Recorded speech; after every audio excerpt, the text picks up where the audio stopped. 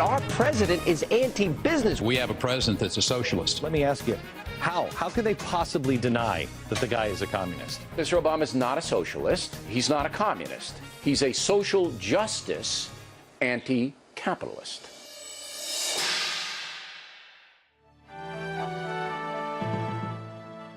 One thing that I've seen in my several campaigns for office, some successful, some unsuccessful, is this. What the other side does, more often than not, is they come up with a plausible lie. Something that isn't true but sounds like it might be true.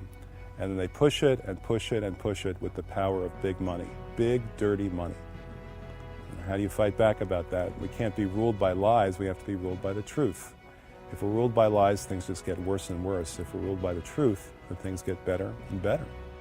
With regard to the question of whether President Obama is anti-business, anti-capitalism, I don't know why people would say that except for their own personal, selfish, political purposes.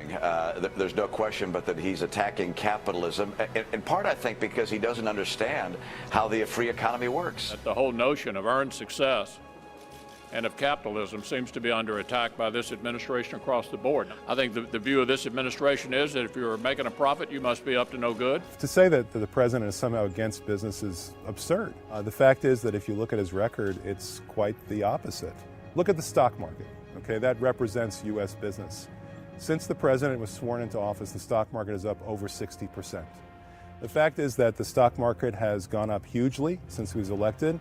Under George Bush, it was down. Business has had tremendous advantages and taken advantage of those advantages under President Obama. Small business has also thrived because now there are customers again. If you look at his record, what you see is that he's expanded small business loans. He's expanded all sorts of aid to small business. The fact is that in many cases, the president has removed regulations. The fact is that the president has, in many cases, ameliorated the regulations that already existed. Now things are getting better. And I think that's good for business. I think it's good for America.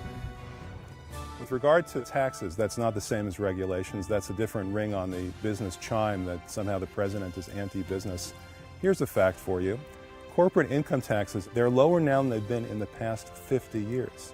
To argue that the president is somehow anti-business when corporations now pay the lowest share of their taxes as a percentage of GNP in the past 50 years is ridiculous. So what do we do about these misconceptions, the propaganda, the outright lies? The answer is simple. We fight their lies with our truth.